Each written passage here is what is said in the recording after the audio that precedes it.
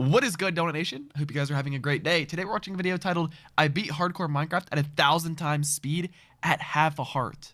I don't know if you guys have ever seen anyone play Minecraft at 1,000 times speed, but it is basically impossible to beat the game. And then the fact that it's hardcore and half a heart makes it even crazier. I don't even understand how this video exists. Ferrex recommended to me that I watch this. He apparently watched the whole thing while scrolling on TikTok in bed. Let's get into it. Beating Minecraft at 1,000 times speed shouldn't take that long, I feel like. I mean, really, how hard could it be?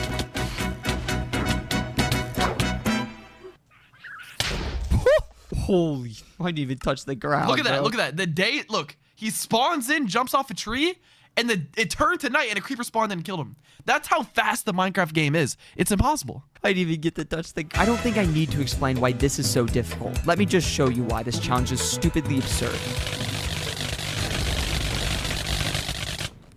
And that wasn't with me being on half a heart, which is the other half of this challenge. Yo, Unlike this most is YouTubers impossible. who do this on either easy or with keep inventory or with both, mine is in hardcore on half a heart without anyone else. However, it wasn't always on half a heart, as in my first run ever, it was just a standard hardcore world. It started in what I can only describe as the best biome in this challenge, a mega taiga. It's just because of these enormous trees that are able to shield you from literally everything in the outside world and essentially protect you from any form of damage. The big one being phantoms, since they spawn by the 30-second mark.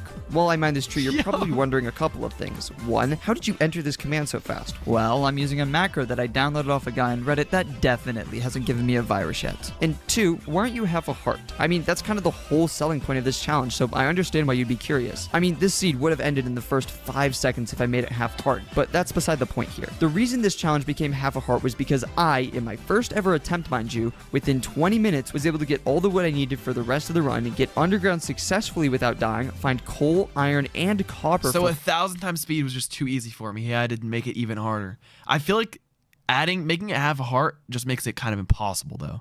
I don't know how he's going to be able to do full this. tools, a water stream which was crazy lucky because it was really close to What a did he just hidden take part of a damage from? cave where no mobs were going to spawn. Then further dig down into gold, which meant no aggro from piglins as long as I smelted it and crafted it into a piece of armor. But no time to worry about that, as now lava pops are in my subtitles, and this is a funny time to mention that lava moves fast in this challenge when the game moves this quickly, and it can be scary. Oh Although there's my no time to dwell on that gosh. right now, or the fact that my impatience has resulted in me forgetting to craft gold armor, which surely isn't going to be the downfall of this run, because it's time to enter the nether and... Yo, are we dead serious? This is some cartoonishly stupid type of spawn. I don't think I could have gotten a worse spawn in this first one. And it gets worse, because do you guys remember that impatience? Yeah, the piglin sure does. And after giving it a path to kill me, this run ends as a pretty quick 20 minutes. I'd say my reaction of, oh, it's unfortunate, to this run sums it up, but it really doesn't. I mean, I got to the nether on my first run. That is way too easy. If only there was some way I could is this make guy this some sort of pro? Has he done challenges like this in the past? Do you challenge guys more know him? difficult. So I made it a little bit more difficult. Wait, what's his name? Hold on, I want to remember his name. That fat goose. Okay.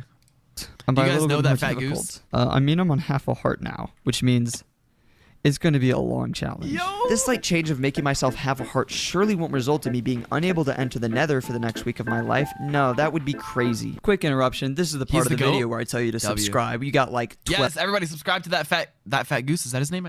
Yeah, everybody subscribe to that fat goose. people left before we hit 200k, so if you just want to press that subscribe button real quick, we just need such a small push to get there. I'm thinking if you subscribe, we could probably get this by like the end of the week. Now, you might be thinking that just because I decreased my health in this challenge doesn't mean it's going to be harder. And to simply put it, It's gonna no, be- you're wrong. I got so incredibly lucky with that first seed, and let me just show you how. Run 3 saw me spawning in another tree, which once again would be Don't lucky, call him a fat goose. What is wrong with you? That's his name. but I need to spawn on the ground for the rest of my runs. I'll explain that later, though. What I can't explain at all is this. Holy, I didn't even touch the ground, bro. I didn't even get to touch the ground. Every single action not taken by the player in this challenge is so incredibly fast that it is impossible to react to, resulting in this challenge being as much strategy as it is skill. Once I make my decision, I can't really go back. Anyways, back to unanswered questions. Run 5 is why I need to spawn on the ground for the rest of my runs, because I need a single seed to get infinite food. Since all crops grow instantly, one seed will turn it into an infinite supply of bread. Without the good. seed, I have no food to survive off of. But speaking of things I'm gonna have to learn to plan around, phantoms. That's right, in that first run where I got the lucky tree, I wasn't even thinking about phantoms. I just got lucky and nothing bad happened. But phantoms are a huge issue, as even if I'm in the trees, once night 3 hits, if I'm not under cover for the rest of the run, I'm dead. Run 10 introduces us to the second best biome in this game, the large oak tree. It's the only other tree in the game that I can get that will provide me ample cover while like I feel like the only thing you can do is dig down underground, like chop down a tree. It has to be a tree where you can cover yourself up and be underground for the rest of the challenge. I don't know how he's gonna be able to do the nether or the end. How is he gonna kill the dragon? Yeah, he's cooked. The dragon's just gonna shoot fireballs at him and he's dead. I don't understand how you can do this. This guy must be some sort of genius. I don't get it. Wood. After getting enough wood, I managed to safely get underground for the second time this challenge and started mining. Now, Run 10 doesn't just introduce us to the second best biome, as it also introduces us to the jump scare that is every single liquid in this game. Run 11 is where I started to adapt instant drowning too? a bit more to these mediocre biomes, as I wasn't going to be lucky enough to get a mega taiga every single time. The trick with the biomes with less wood was to get a sapling that would allow me to grow a tree underground. Now, did this mean I had to memorize the growth requirements for every single type of sapling? Yes. Did I do that? Possibly. And did it work? Yes. Now that I had an infinite source of wood, I could do this, no cap. I low-key might try it after this. This run was starting to go a lot smoother. I was able to dig down and explore the depths more, getting more dirt for growing wheat and coal for smelting. The only issue was that there was still no iron for a bucket to actually grow these crops. This changed when I mined into a deep slate cave. This is something that normally would be bad, but since this is a deep dark, a biome where mobs Why is he placing torches if he has full brightness on? Can we go back and anyone notice that? Slate cave. So this is the best pro Minecraft ever, and this is what he does. Normally would What is that torch doing, bro? Be bad, but since this is a deep dark, a biome where mobs can't spawn meant I could cave for iron, which was exposed. Ferric said it took him weeks, bro. Who do you think you are? I said I might try it, not that I could easily beat it. Everywhere in these walls. Now, I still was very careful for them. Oh, to prevent mob spawns. Oh wait, I'm the idiot, not him. It's to prevent mobs from spawning on his platform. Wow. Most part, and got a good amount, with only one vein left sitting just outside the deep dark biome. And, go. Oh, you brick. Minecraft professional here, by the way. A couple failed runs later due to bad spawns or something stupid I did, and we get to our next interesting run. Run 13. Now, this one is really nothing special in the beginning, except for the fact that I somehow lived an entire day without getting into a tree. I don't know how I didn't die, but we take those. I got the wood and managed to get down safely, getting lucky with an early iron vein and continuing to dig straight down until I found Yeah, why is that there? Now, normally I would ignore this, but I had no coal and 3 nice iron just waiting to be smelted. And so with impatience taking the wheel, I boated down and somehow survived. Huh, not bad. Maybe impatience should take the wheel. Oh! Never mind. Now, I can't lie, I don't get any good runs here for a while. Most of the time they end before I can even get underground, and you can chalk that up to bad seeds and getting unlucky. But for the ones that do get underground, I die of fall damage because I break the #1 rule of Minecraft and dig straight down because I am impatient and refuse to learn. Wait, does that say shot by a skeleton? Where in this sequence did a skeleton shoot me? What? Luckily for me, most of the time, mobs aren't really a jump scare because it's really difficult to get jump scared when you die before your brain can even process it occurred. Well, at least most of the time.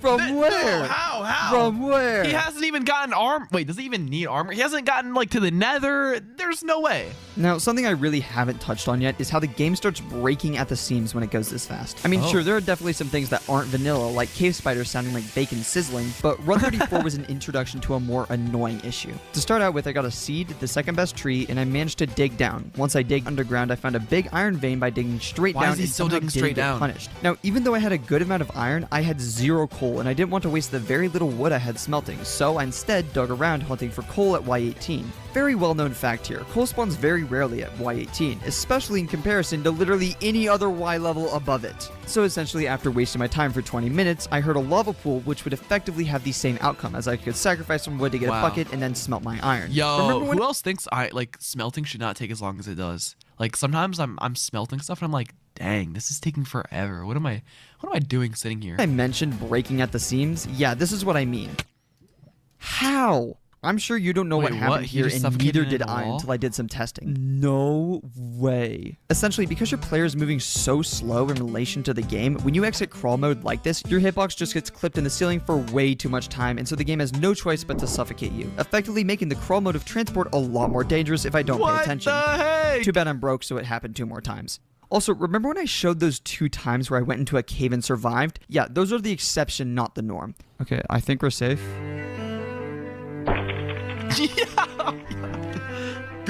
Now, when I do these challenges, I tend to keep a journal of everything that happens, and this can vary from me just saying I hate half a heart so much, bro, to an actual summary of a run. But for this run, it just says Wordle sucked WTF 5-17-26. Also, no. And hold on, let me... Yeah, no, this one did suck. Although some of the runs did have actual substance to them, most of them were just summarized in the journal as no. Yeah, that sums up most of these runs. And even though so many of these runs went nowhere, I was slowly starting to adapt to this challenge, getting closer and closer to a successful run, with run 58 being the furthest thus far. It started in a forest biome where I got the seed and barely got into a tree in time. After getting a bit of wood, which wasn't much, but it was still enough to craft the tools I needed along with a sapling for infinite trees underground, I then performed a pretty impatient move to dig underground, running down a tree and into the open where there was a high chance I could die. Luckily, I wasn't punished at all and I was able to safely get underground, shortly thereafter finding some iron for a better pickaxe. Yo, why is he risking fall damage like that? He's jumping from high distances, and he's digging straight down. Look at this, he's digging straight down. And digging out a box for me to grow my sapling in. And then I started to mine a staircase down to get coal. But unlike my last run, I feel like half of the deaths are from him, like, digging straight down or trying to play too fast. You should slow down. Mistake and actually looked up an ore distribution chart for coal, choosing to go to Y45 instead of Y18. Too bad, even though I went higher up, coal still wasn't spawning for some reason. I finally got some after a lot of digging and headed back to the base where I was able to craft some torches and smelt my iron. After this, it was pretty smooth sailing. I continued to build a staircase down to bedrock while mining trees every once in a while. The only real issue was food, which was shortly solved when I dug into a cave that had a water stream that was easily accessible. This meant that I had now infinite food, infinite water, infinite wood, and as many tools as I needed, finally taking me out of the early game. And for why is mining at regular speed? That kind of sucks. I feel like that should be sped up too. Time ever into the mid game. Now, if my last challenge was testing my consistency, this one is. Or I guess nothing like the running speed isn't sped up either. Like nothing about the player is sped up. Testing just the server. Patience, because the next hour of this challenge is devoted to nothing but farming, digging down, farming, digging down, farming, strip mining for diamonds, finding a lava pool, strip mining more, and finally heading back to base camp to, yeah, that's right, you guessed it, farm some more. And then guess what? Guess what I did after that? I went mining. This time it was for iron for hoppers and gold for a helmet, things I got decently quickly. Now, you might be curious what I need hoppers for, and I will get back to that later, because after sorting my inventory of everything I need, it was finally time to go back to that lava pool and enter the nether. Also, shout out widescreen and F3A, the actual goats of this challenge. This was the only reason I could see anything besides 2 blocks in front of me in this challenge, and it was a huge help. After mining around the lava pool for a bit more, I was finally standing in front of it. And with no mobs nearby, a trapdoor protecting me, this was going to be a safe and smooth... What? How? Fun fact, wood things burn. The only consolidation was that this nether sucked. Now, you're probably wondering why it's awful, and don't worry, I'll get to that later. Along with the hoppers, they're connected. Bro, I would have given up way earlier. I don't know how we can do this. After a death like this is where most YouTubers either give up or just start cheating in this challenge to win and get on with their day. I mean, at this point, I've wasted hours of my life just trying to get to the nether. The thing is, cheating just makes the video not entertaining. Like, cheating just makes videos suck. But I'm not like most YouTubers, as I have nothing else to do with my life. Which meant it was time to get back into grinding runs and died 28 more times with another good run that resulted in my death because of a 4-block fall. Awesome. But then finally, it happened. I got the run. Or so I thought. Run 86 started in the undisputed best biome, the Mega Taiga, but this time I'd experienced to understand why this tree was so incredible. I got a seed almost instantly and boxed myself up mining wood for the next couple of minutes. I mined a lot more wood than I actually needed, mainly because if I couldn't find any coal and had to smelt wood into charcoal to grow trees while underground, I would be able to do so with this amount of wood without having to worry about running out. Luckily though, after getting underground, I mined into a cave spotting some coal ore and quickly got that vein. Who here is watching this thinking that they could actually do it? I'm curious. Do you guys think you're as good as this guy or no? Along with a couple others before mining down even further, finding iron. With water dripping in my subtitles nearby, it meant I was going to have to hunt for some water to fill up my bucket and be able to get infinite food. Sadly, I was in a dripstone cave, making it much more risky to find water. And after mining around it and nearly rudimentary cube. How will he kill a dragon? I'm trying to think of it now. What would he even do if he wanted to kill the Ender Dragon? I don't know. He could dig underground straight away and then dig up to the dragon and shoot arrows at it. How's he gonna break the crystals? Yo, I have no idea how I was gonna do that. That's gonna take forever. To grow my tree along with 2 staircases, one up for iron and one down for diamonds. After digging around acquiring some more iron, I ran into a dirt patch allowing me to set up my wheat farm. Then I just strip mined for nearly an hour, going through almost 3 full iron picks to get a stack of iron and 10 gold. More than enough for this next portion of the run, officially taking me out of the bone arrow, bro? After getting full iron tools, It's not that easy though, I don't challenge think. like this, I started mining my staircase down to find diamonds. I ended up running into an exposed cave, but luckily I had a solution for this, placing gravel to cover myself up without having to worry about exposing myself and possibly dying to mobs down there. This plan works really well, unless there happens to be a conveniently placed dripstone that breaks all gravel when placed on top of it. This issue did end up resulting in me spotting my first diamond and doing something very impatient and risky to get it. After a bit more staring down at diamond level, I did a very short mining trip as I almost instantly found lava and shortly thereafter found 6 diamonds, which, fun fact, is more than all the diamonds I'm going to need for the rest of this run. Crazy, I know, but with no need for armor or tools except for a pickaxe, all other diamonds besides 3 for the pickaxe and 2 for the enchanting table are just entirely Why does he need an cosmetic. enchanting But with an table? inventory full of gear, a diamond pickaxe, and the hoppers, it was finally does he need time hoppers? to I head wanna back to know that that lava too. pool while not using any trapdoors because I learned from my mistake, and for the first time in this challenge, enter the Nether. Okay, so you're probably wondering how I actually beat the Nether in this challenge, so let's start with a few things I can and can't do. Can hide in a wall and do nothing in a crimson forest. Can't run around in the open in a crimson forest. Can hide in a wall in another waste biome. Can't run around in the open in another waste biome. Can hide in a wall in a soul sand valley. Can't run around in the open in a soul sand valley. Can run around in the open in a warped fort. Wait, hold on. Yeah, so you're probably wondering how Oh wait, so the only biome he can run around in is what? None. Is that none of them? I get pearls and blaze rods in the Nether. So let's start with what is debatably the easier of the two, although it requires a bit more luck. Ender pearls. Ender pearls are obtained 3 ways in Java: through killing endermen, trading with pigs, and trading with villagers. The third option doesn't work because, well, yeah. The second option doesn't work because, well, yeah, which leaves us with only one option: Endermen. Now, fun fact here, but Endermen are the only mob that can spawn in a warped forest. So all I really need to do is just farm them for a while and be careful. But I need to get to a warped forest first. So here's my plan: spawn in a warped forest. Yeah, I'm not kidding. But the plan isn't over yet. I still need to go up because Dang, lava is so dangerous. so he got super lucky by spawning here. And it has a tiny chance of spawning a ghast. I mine up using iron bars to protect myself from lava without getting set on fire. Once I get to a high point, through sheer luck mind you, I find an openish spot and clear an area around it while making a box I can hide in. This is where I plan to kill all endermen. I also place down 4 hoppers with a boat on top so that when I kill endermen, their pearls don't despawn instantly and instead get funneled into a hopper that I can grab safely inside of the box. And now that all this is done... By the way, that's crazy that he thought about this before he even went to go kill the enderman. Like, he thought about the hopper thing like early on. I just need to wait. I think, right? Or no, maybe this was only during this run. That's good though. I mean, I guess he's been playing this for so long. Like, each one of these runs takes probably 10 minutes, 20 minutes, no, longer, maybe an hour each. And he's done so many runs. Of course, he's probably had so much time to just think in silence, just playing this challenge. For a very long time. All I can really do is hope to try and catch what I can only describe as Dragon Ball characters. But finally, after so much time, I was ready to leave with nearly 2 stacks of pearls. This is mainly because I'm going to be throwing a bunch of eyes underground and would rather just get a ton than have to go back to the Nether. Now, is this overkill? Oh, totally. I'm going to need like 16 tops. But is this possibly going to save the run if I mess up? Yes. So now with all my pearls, what's next? Well, blaze rods obviously, but how? Well, simple. I dig up to Y22, which is where lava pockets cannot spawn, so I don't have to worry about being as careful. Then I use my pie chart to determine which direction the fortress is in using something called PyDar. If you're curious about how it works, I explain it in my speedrunning video. Now, there is a chance I just PyDar to a treasure bastion because it doesn't tell me which type of mob spawner it is, but there's no point worrying about that since I can't prevent it. So all that I have to do now is bind my move forward key to M and my left click to space and use my authentic President Joe Biden bobblehead bought from a pop-up souvenir shop in Washington, D.C. in 2022 that is propped up by a gold Nike wood car I made in 2016 to move forward and mine simultaneously to get to the fortress.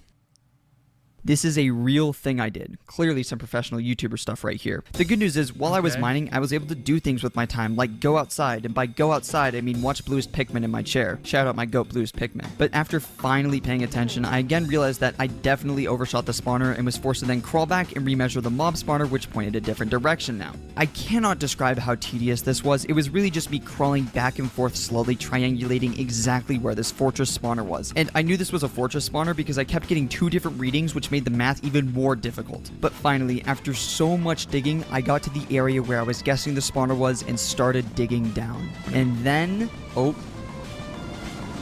That spawner, that spawner. This was huge. Now, was this effectively a needle in a haystack moment? Yes, totally. Did I miss 4 other times until I finally got lucky and got this dig? Also yes, but with F3A, I was able to figure out the spawner's location. Dead. Bro, if he dies here, he just wasted so much time. This is insane. How many tries is it gonna have to take? And get close to it, and finally, right below it. Now, you might be curious as to how I'm gonna get blaze rods, because realistically, any ranged mom is a death sentence. Well, this is where the Minecraft wiki helps us. Blaze's pathfinding states that if they aren't hostile, they're just going to randomly run around, and if there's no blocks above them, they will slowly float down. The only time they will ever shoot is if they are in direct line of sight of you. So all I need to do is go below the spawner, create a hole in front of the spawner, and wait as blazes slowly pathfind over to the hole and fall down. And since the only line of sight is this tiny gap in a stair next to the hopper to pick up the rods, they cannot see me nor shoot me, essentially never being hostile. Now, for I wonder, any other type of run, this would be stupid. I wonder if he thought that he was gonna beat the game on this run. There's no way he does, right? As it would take hours for blazes to pathfind and actually fall down. But since the game is running at 1,000 times speed, all it took was a couple saves and quits to reset the spawner and 10 minutes of my time to get 16 blaze rods and a total of 31 eyes of ender. And just like that, everything has been acquired to enter the end. And all that's left is to crawl all the way back AFK while watching Toonari. The perfect planning I had for the Nether paid off. I had planned for any eventuality and adapted to anything the Nether could throw at me, with the sole exception of whatever this is. Yeah, so remember all that waiting while farming Endermen? Yeah, apparently a bunch of Endermen just decide to pathfind into my portal and get stuck there. Luckily, since I'm 2 blocks tall, I can just jump. Yo, I'm full boxed. What is this? Yeah, that's right. There was no way out. I couldn't mine as I was going to hit an Enderman going at this speed, and I couldn't place a water bucket as I was just going to drown as well. And at this speed, there was a chance. I thought he died. I thought he died. This is just like footage. Cramming could occur that and I he could just recorded die. after. So what was my plan? Well, log out. Logging out resets all mobs pathfinding effectively, forcing them onto one spot of the block, or at least I think so. This solves the Enderman problem nearly entirely, as long as I don't jostle them, I might be able to mine out. Hold on, this could work. What? I don't think I've ever seen anything close to this level of scuffed in Minecraft before. Why are you surprised? Because I thought he showed footage of him dying in the Nether portal, and I thought he just died. Part is, when I went back, they had already boxed themselves in again. And just like that, it's time to... Oh, the Endermen boxed themselves in? Oh my gosh. And the stronghold. It's a bittersweet goodbye, as this is the base that has kept me alive the entire run. Bro, screw this base. I'm so glad I'm leaving. And now it's time to find the stronghold. Bro, he's gonna die. He spent so long. He's definitely gonna die. All I need to do is throw an eye. Yeah, it's invisible. The game runs so quickly that it doesn't even render the eye. Even going frame by frame in my recording, it just doesn't show up. Luckily, there is a solution. Subtitles. Even though the game is at 1,000 times speed, the audio isn't. So I went back in my flashback recording and watched the subtitles as the subtitles told me where to go. So it was time to start digging. And unlike the Nether, where there is no lava, no caves, and no gravel to worry about, the overworld has all of those things. And if I space out for even a second, I could die to one of these eventualities. This means that I have to mine for 2,000 blocks. Hopefully. Why didn't he render the $400 donation? Guys, I think that was over a week from now. I mean, that was like over a week ago. Why are you guys still bringing that up? And just letting you guys know, I acknowledged the $400 donation. Like, I read it and I said, thank you so much. That's really nice. I don't understand why this is still a thing, like over a week later. Not passing the stronghold and not dying to anything, completely locked in, which I cannot lie really sucked. Thank goodness I had friends to hop in calls with, because no amount of YouTube is going to keep me locked in enough to dig this much. I'm not going to focus on this part too much because, well, this isn't the most gripping YouTube content. But isn't he gonna die if he keeps doing this? Like, water's gonna eventually flow into where he is, or lava. And his pickaxe is about to break. Uh-oh. But once I got to 1,837, I stopped mining, threw another eye, and it went the other direction. Now, you might be confused why I stopped at these specific coordinates. Is this the most likely place for a stronghold to spawn? Maybe I used some audio triangulation to figure out. I booted up a different world in an entirely different version of the game, threw an eye, and the calculator said that it was about there, so I dug to 1,837. Scientific, I know. After a bunch more digging, I had a relative estimate of where the stronghold could be. And luckily, on my first try, I got this. Wait, oh my gosh. That's actually really lucky, I know. And thanks to widescreen, finding the portal was really... Okay, I don't really understand how he just found that, but that's cheating. Nah, that's cheating. So he loaded a new world with the same seed? Is that what he did? I guess that's kind of cheating if that is what he did, but I mean... Come on, I mean, that's not that big of a deal. Oh, no, he didn't do that. Okay, then I don't get it, bro. He did it in a different world. Oh, he just... Okay, so, all he did was just calculate where the Eye of Ender... Yeah, bro, that's not cheating at all. All he did was calculate, like, the angle where the Eye of Ender went.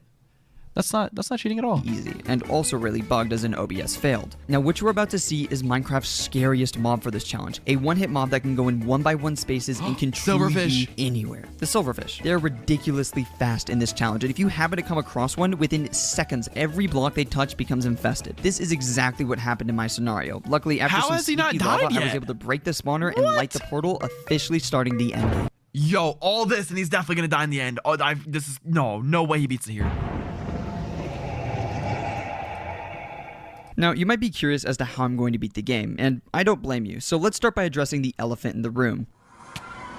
Yeah, there's a 50% chance off rip that the end platform is exposed and I instantly die to the dragon. There is no counterplay, there is no avoiding it, and there is no surviving. Throughout all of my testing, I was never able to survive once. I was resigned to the idea that I just had to enter the portal and pray it was within the island. But that's not the only issue, because how on earth do I kill this? This is why I think no other YouTuber has tried to beat the game at this speed in hardcore, especially at half a heart. It just isn't survivable. Every type of counterplay that has been developed to kill the dragon doesn't work at this speed. That's the entire issue with this challenge. No one knows how to kill the dragon. I know how to do it. I know how to do it. He should spawn underground, 50-50 chance, dig under where the obsidian pillars are, break obsidian going all the way up to the crystal, tunnel through the obsidian, up each tower,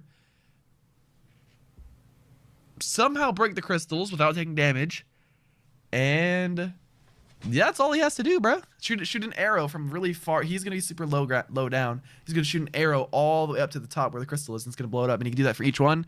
And then all he has to do is be underground while shooting with a bow and arrow the dragon, because the fireballs are not gonna like reach fully underground. Boom.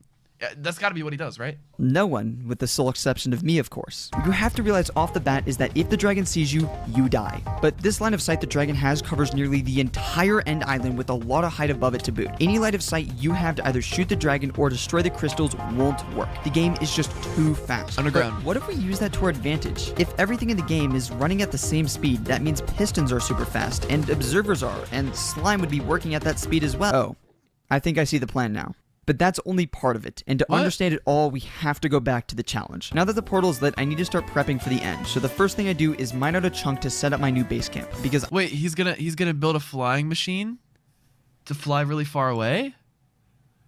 And then he's gonna fly with an elytra really high in the sky and shoot the end crystals from the sky? But how's he gonna get fireworks? He's gonna die, bro. There's no way. I'm going to be doing a lot of work here. Then I found the libraries to get bookshelves to enchant. This is because I can't kill the dragon in any way other than shooting her, and a bow would be the best to do that. I get obsidian from the portal room, create my table, and set up the rest of the base soon after. Then I just started digging out the mob farm, as I needed both the bow and arrows along with XP to enchant. And after over an hour of setup and some time farming, this is what I got. Yeah, so apparently mob farms suck at 1,000 times speed when they're underground. I think it's because the mob cap instantly fills up, so they just can't spawn, but I don't know. Now, this presented an issue. I could either A, keep doing the mob farm and take a bunch of time— oh, hey, is that a spawner? I mean, the only spawner I really want is a skeleton spawner, but that's gotta be— oh my gosh, I'm actually just that lucky. This is the run. This has to be. After slowly killing the skeletons that spawned by barely lighting up the area above and waiting as they fell down into my killing chamber, I spent the next couple of hours figuring out how to safely set— how is he not dead? I don't get it. Of a mob farm with the spawner, and unlike the last farm, this one is fast. Yo, and guys, it's been like a year since you guys started counting my pauses. What is the reason that you're counting the amount of pauses I do? Yeah, YouTube and Twitch chat. You guys are both counting each time I pause. Why? You guys are wasting your life by doing that. After only 10 minutes of grinding, I had enchanted my bow, which was the only thing I really wanted to enchant, and was ready to finally grind the last of my materials. A ton of wood for building blocks, I'll explain later, quartz for observers through the nether with a really lucky spawn and some careful mining, and finally, mining out 2 slime chunks next to each other for slimes to spawn in. Oh Goose, how do you know they were slime chunk base? I'm not stupid, it would take years to find a slime without it. I mean, slimes are gonna spawn here any second now. Any minute now. So is that cheating? That time he actually used the seed to look up where the slime chunks were. Is it cheating? Low-key, every speedrunner says it's cheating. Like, you're not allowed to use that during speedrunning, but come on. Come on, guys. Cut him some slack. Like, I guess someone has to do it, like, fully without using the seed then. Any hour now? Wait, can slime spawn? But also, you can play Minecraft however you want. Like, a lot of people use it and they say it's not cheating. Or a lot of people don't use it at all. Like, the whole video is fully up to him. He can do whatever he wants. So there's no like one set rule for what's cheating and what's not. Like Minecraft doesn't say that. No, because that would be convenient, and heaven forbid a challenge runner ever has anything go their way. The mob cap makes it essentially impossible for slimes to spawn, so the challenge is over, right? No, because there is one other way to get slime balls, but you would have to get so incredibly lucky to get slime. Trial chambers. Slimes are one of the Yeah, and you can go in creative and claim it's okay. So Saibao. Okay, gosh, my bad, bro. My bad. All right, fine. Yeah, I guess there should be some set rules, but they need to be set by him at the start.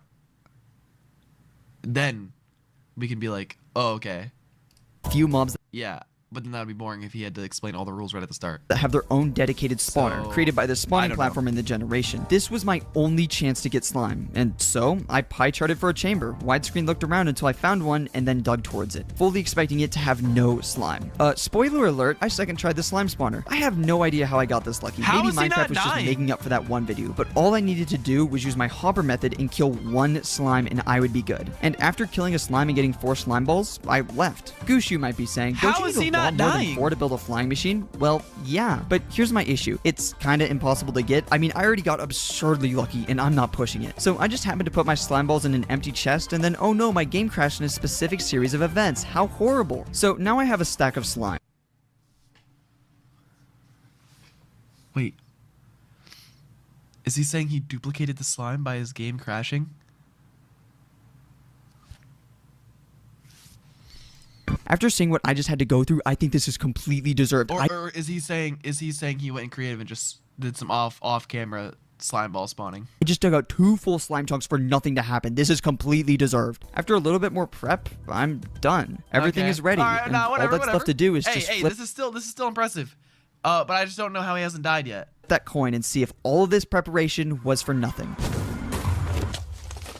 So was the platform exposed? No, I was just messing with you. We live these barely. So once What? No way. 50-50 chance. He also had the right end island? No way. I dig out this tunnel and create the flying machine, you're probably wondering what the exact plan is. Well, the flying machine moves so fast no fireball could hit it, so when I put a slime block on top and a boat in front, it becomes my ticket to the outer end islands. Once I get there, I have fully unrendered the dragon, What the meaning it can't attack me. This allows me to build up to about world height and start bridging across the entire end void back to the island. The reason I needed so many blocks, by the way, since it's going to be about 1,000 blocks away. Because I'm so high up, the dragon actually just doesn't see me. This allows me to go right over the dragon's head. So you're telling me he planned all this before? How has he not died?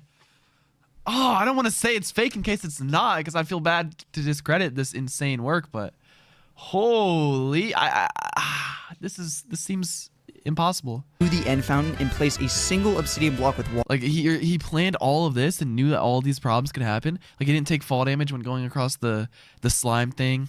And when crawling, like, bro, he didn't take damage. I don't even know. Water on it. This completely breaks the dragon when it tries to perch and gets stuck in a specific spot. Then I back up and mine the blocks to that obsidian, shoot all the BC with the raid, crystals, thank you, and bro. just wait for the perch.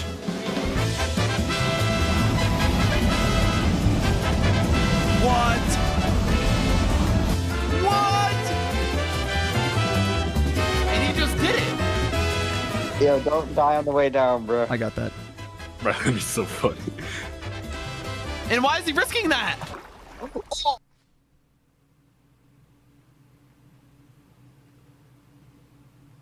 Okay, it's gotta be fake. It's gotta be fake. It's got no. Wait, 3,000 score? Is that a lot of score? Is this the right amount of score he should have after playing this world for like days and hours? Bro, that'd be so funny. This is fake, right? This has to be fake. No way. It's So 3,000. fine. No, that's still a win on my book. What? That has to be fake. The score is so low. What's a normal score for like beating the Ender Dragon and farming all those mobs and all that stuff? I have no idea if that's fake or not. Wait, if he didn't die and he only has 13 XP, I thought he had a mob farm for so long. Maybe he used his XP on enchanting. I mean, hey, that score is high for all that. Okay, got it. So that means it's probably real. Dang, bro, this is insane. If this is 100% real, this is insane. I mean, he has. How do I know, bro? He should just post all his runs somewhere.